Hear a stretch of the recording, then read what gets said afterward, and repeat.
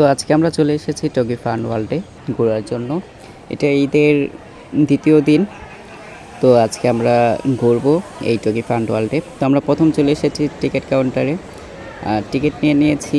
এখন আমরা উপরের দিকে যাচ্ছি। টিকিট আপনাদের কাছে লাগবে 150 টাকা। আগে 100 টাকা ছিল, তো এখন 50 টাকা বৃদ্ধি হয়ে 150 টাকা হয়েছে। জানি না এটা ঈদের জন্য কিনা নাকি রেগুলার প্রাইস এইরকম। তো প্রথম ইন্ট্রো এটা আমি প্রবেশ করলাম। এটা হলো প্রথম ফ্লোর। তো বসুন্ধরাতে লেভেল 8 থেকে একদম 18 তলা পর্যন্ত এই টগি ফান ওয়ার্ল্ড। তো এখানে প্রথমে আপনাদেরকে যে কথাটা বলে দিচ্ছি সেটা হলো, আপনারা প্রথমে একদম প্যাকেজ আছে একটা, ওই পুরা সব রাইড নিতে পারবেন, সব যে কোনো রাইড। তো প্যাকেজে মেবি 3500 থেকে 4000 টাকা। তো ওই প্যাকেজটা আপনারা যারা বড় সবাই নেবেন না প্যাকেজটা, কারণ সবাই নিলে আপনারা এমন কিছু রাইড আছে যেগুলো শিশুদের জন্য, বাচ্চাদের জন্য, তো সেগুলো আপনারা করতে পারবেন না রাইড। তো আপনাদের ক্ষেত্রে আমি যে সাজেশনটা দিব সেটা হলো, আপনারা প্রথমে 150 টাকা টিকিট দিয়ে ঢুকবেন। ঢোকার পরে যেই রাইডটা আপনার পছন্দ হয় সেই রাইডটা আপনি সেখান থেকে টিকিট করে রাইড করবেন। তো এটাই ভালো হবে। তো চলো, ঘুরতে ঘুরতে আমরা চলে এসেছি। এখানে দেখতে পাচ্ছিলাম তারা গেমস খেলছে। আর এই জায়গাটা, এই কর্নারটা শিশুদের জন্য অনেক খুব সুন্দর, তারা ঘুরছে। আর শিশুদের জন্য অনেক অনেক রাইড আছে যে বাচ্চাদের জন্য, যেটা তারা অনেক আনন্দ করতে পারবে। বিশেষ করে বাচ্চাদের জন্য এই জায়গাটা অনেক সুন্দর।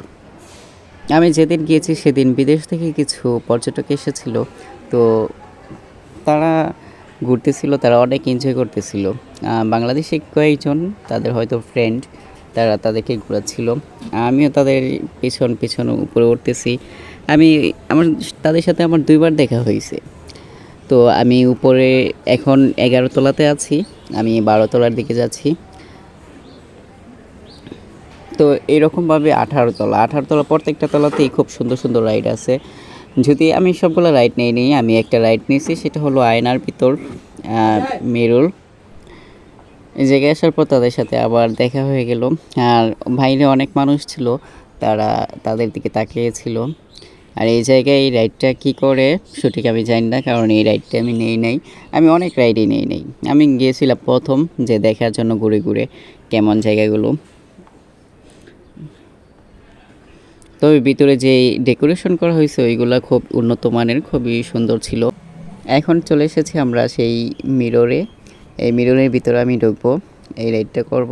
তো এটা আমি ভিডিওতে একবার দেখেছিলাম। তো ভিতরে যাওয়ার পর আমি কিছুই বুঝতেছিলাম না কোন দিক দিয়ে বের হব। সব দিকেই ছিল আয়না।